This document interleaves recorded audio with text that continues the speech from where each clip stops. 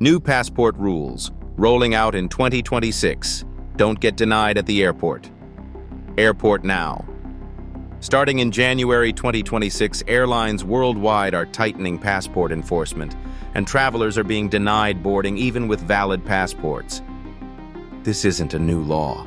It's how airlines are enforcing existing rules differently.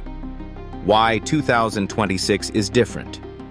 For years, passport rules technically existed, but enforcement was inconsistent. That's what's changing in 2026. Airlines now face significantly higher penalties if they transport passengers who don't meet entry requirements, even if the traveler would have been allowed through immigration.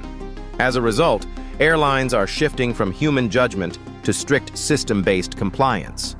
Automated document checks are increasingly replacing discretion at check-in.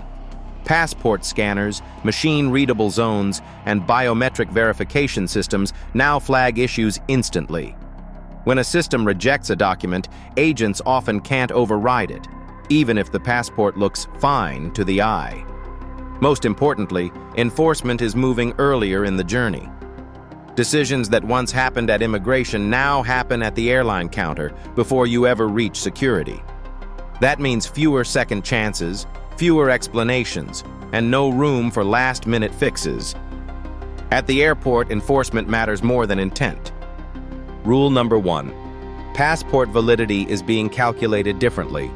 One of the biggest reasons travelers are denied boarding in 2026 isn't an expired passport. It's how validity is being calculated. Under updated passport validity rules in 2026, airlines are no longer relying on a single global standard. Instead, validity now depends on 3 factors at once: your destination country, any transit countries on your route, and the airline's own compliance system. Many destinations still require 6 months of validity, but some airlines now calculate that window from your return date, not your entry date. That means a passport that looks valid on paper can still fail an automated check. Here's the critical takeaway. A passport expiring in early 2026 can trigger a denial as early as late 2025, depending on where you're flying and who you're flying with. Smart travelers are adjusting accordingly. If your passport expires within the next 12 months, treat it as expired and renew it early, before the airport systems decide for you. Rule number 2. Blank pages and physical condition matter more. Another major reason travelers face passport-denied boarding situations in 2026 has nothing to do with expiration dates. It's the physical condition of the passport itself. Many countries now require at least 2 completely blank visa pages, not endorsement pages, not partially stamped pages, but fully blank ones. If your passport doesn't meet that requirement, airline systems can flag it before you ever reach immigration. Physical damage matters more than most travelers realize. Tears along the edges, bent covers, water damage, loose binding, or peeling laminate can all cause automated scanners to reject a passport, even if the information page is readable. Here's the critical clarification. Even if an immigration officer might allow entry with a worn or low-page passport, airlines won't take that chance. If there's a risk of a fine or forced return, they'll deny boarding at check-in. No exceptions, no debate. Rule number 3. Automated and biometric passport scans. Most denials. The fastest-growing reason travelers fail airport passport requirements in 2026 isn't paperwork, it's automation. Airlines and airports now rely heavily on machine-readable systems before boarding is approved. The machine-readable zone at the bottom of your passport must scan cleanly, and the RFID chip embedded in modern passports has to respond correctly. If either fails, the system flags the document instantly. This is where older or physically damaged passports run into trouble. Even minor wear, creased pages, faded print, or weakened chips can cause a passport to fail automated checks, despite appearing valid to a human eye. In many airports, if the system can't read your passport, agents often won't override it. Their screen determines the outcome. Here's how this actually happens. You check in, your passport is scanned, the system rejects it, and the agent is blocked from issuing a boarding pass. The decision is made before any conversation begins. Real airport scenario: retention reset. Here's how this plays out in real life. A traveler arrives at the airport with plenty of time, checks in confidently, and hands over their passport. From the outside, everything looks normal. The agent scans the document, and within seconds, the system flags it. There's no warning sound, no explanation on the screen, just a compliance alert. The agent tries again. Same result. At this point, the issue isn't opinion or discretion. The system won't allow the agent to continue, print a boarding pass, or move the traveler forward. A supervisor is called, but the screen doesn't change. The airline can't risk the penalty. The traveler argues that they've flown with this passport before. That may be true, but past travel doesn't override current enforcement. The boarding pass is never issued. The trip ends at the counter. By the time you reach the counter, the decision is already made. Rule number 4: name mismatches are flagged more aggressively. Another increasingly common trigger for passport name mismatch airline issues in 2026 is how passenger names are verified. Airlines are now cross-checking ticket details against passport data automatically, leaving far less room for minor inconsistencies that used to slide through. Common mistakes include missing middle names, extra spaces between names, or differences caused by hyphens and compound surnames. Even small formatting errors, like combining two last names or dropping a middle name entirely, can cause a system mismatch. Booking platforms don't always flag these issues at checkout, so travelers often don't realize there's a problem until check-in.